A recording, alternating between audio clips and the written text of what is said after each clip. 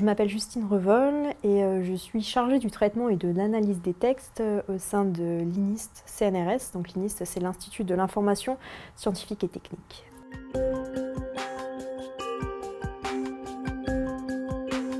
Alors, de manière synthétique, un web service, c'est un outil qui fait une tâche. Donc un collègue, un chercheur ou une personne externe va nous demander de réaliser un web service sur la désambiguïsation des auteurs ORCID par exemple. On va faire un web service qui fait cette tâche.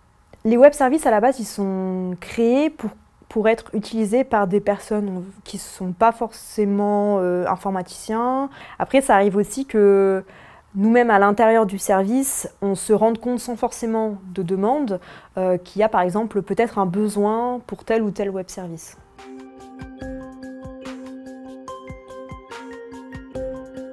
Istex, c'est un réservoir de données qui nous permet de faire travailler nos algorithmes de fouille de texte dessus, puisque sur Istex, en fait, on va avoir des corpus qui sont propres et des métadonnées qui vont être complètes et structurées pour un entraînement en fouille de texte qui est optimal, en fait.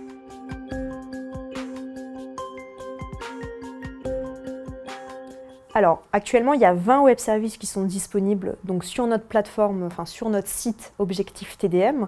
Tous ceux qui sont en production, ils sont regroupés sur cette plateforme, enfin sur ce site. Quand on rentre dans Objectif TDM, on a nos 20 web services et quand on clique sur les web services, on a la tâche du web service, on a son URL à renseigner dans l'outil de visualisation Lodex pour qu'on puisse appeler le web service depuis cet outil. On a utilisé le web service et donc là on arrive sur ce qu'on appelle un swagger. Donc en fait c'est une interface qui va permettre d'appeler le web service. Donc c'est aussi quelque chose qui va permettre de simplifier l'utilisation de ce web service.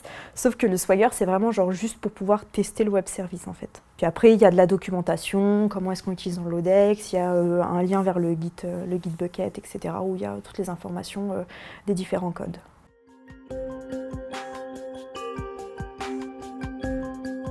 Le message qu'on a voulu faire passer à travers notre atelier, c'est qu'on peut faire de la fouille de texte sans forcément coder, en fait, sans forcément faire de la programmation. On peut utiliser des outils qui sont simples d'utilisation.